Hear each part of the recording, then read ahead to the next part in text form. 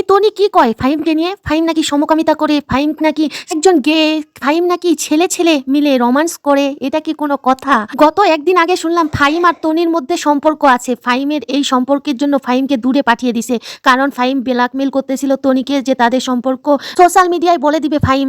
অবশেষে দেখা গেল, ক্লিয়ার করলো কথা টনি নাকি ফাহিম সমকামিতা করে, ফাহিম একজন গে। তাই তো ফাহিমকে তার ব্যবসা থেকে বের করে দিয়েছিল। ফাহিম নাকি টনিকে ব্ল্যাকমেল করতেছিল। ফাহিমের ঘরে সার্চিং করে টনি একটা পেন ড্রাইভ পায়, আর সেখানে টনির যত গোপন কথা ছিল, গোপন ছবি ছিল, সব রেকর্ডিং করে রাখছিল। আর ফাহিম টনির ব্যবসায়ীদের সাথে মিলে চক্রান্ত রটাচ্ছিল যাতে টনিকে ডুবাতে পারে। টনির মতো ফাহিমও ব্যবসা করবে, তাই তো টনির যত গ্রাহক ছিল, যত ইনভেস্টার ছিল, সবাইকে সে হাত করতে চেয়েছিল। রুবায়েত ফাতেমা টনি যেখান থেকে প্রোডাক্ট কিনে, যেই দোকান থেকে নেয়, সেগুলো সব কিছুর তাদেরকে বলে দিতে চাইছিল, কিন্তু ব্যর্থ। টনি তার সব চালাকি ধরে ফেলে এবং তাকে উচিত শিক্ষা দেয়, আর তাকে সেই ব্যবসা থেকে একদম লাথি মারে বের করে দিয়েছে। বিশ্বাস একটা এমন জিনিস, সবাইকে বিশ্বাস করা যায় না। টনি ফাহিমকে বিশ্বাস করে সবকিছু দেখিয়েছিল, সবকিছু জেনেছিল ফাহিম টনির কাছ থেকে, এবং ব্যবসা সম্পর্কে 2 বছর যাবৎ তার কাছে শিখেছে, কিন্তু তাকেই আঘাত করে যেতে চেয়েছিল।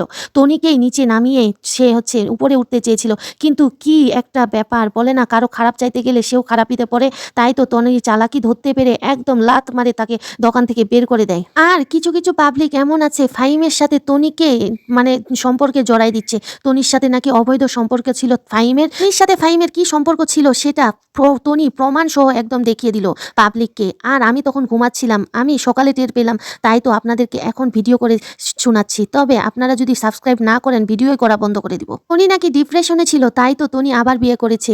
টনির হাজব্যান্ড মারা যাওয়ার পর অনেক ডিপ্রেশনে ছিল। টনি অনেক চেষ্টা করেছিল তার হাজব্যান্ডকে বাঁচানোর জন্য, অনেক লক্ষ টাকা খরচ করেছে, প্রায় 1 কোটি টাকার মতো, কিন্তু তার হাজব্যান্ডকে বাঁচাতে পারেনি, কারণ হায়াত ছিল না, তাই মারা গেছে।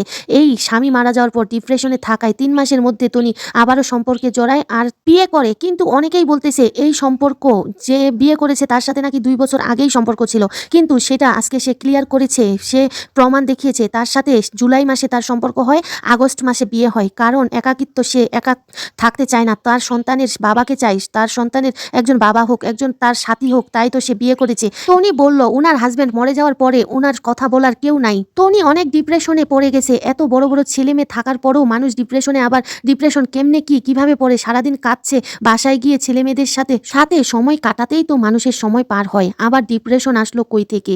উনি সারাদিন শেষে বাসায় গিয়ে ছেলে মেয়েদের দেখভাল করবে, ছেলে মেয়েদের সাথে সময় কাটাবে, এটাই তো একজন মায়ের হওয়া উচিত। তার প্রথম স্বামী তাকে এই জন্যই ছেড়েছে। ব্যবসা মানুষ করলেও ছেলে মেয়েদের দেখভাল, পরিবার দেখভাল করতে হয়, কিন্তু সেটা না করে সে চেয়েছে স্বাধীনভাবে বিয়ে করে এই দেশ থেকে ওই দেশ, ওই দেশ থেকে সেই দেশ ঘুরতে ফিরতে, ছেলে মেয়ে থাকবে ছেলে মেয়ের মতো, সে থাকবে তার মতো, বিদেশি পশ্চিমা রীতি সে মেনটেন করতে চায়। এখন আবার ছেলে ভাইয়াগুলো বলিয়েন না যে মেয়েদের মন নয় একটা সমুদ্র। 3 মাস যাইতে না যাইতে টনি বিয়ে করে ফেললো, তাহলে সমুদ্র নয় তো কি?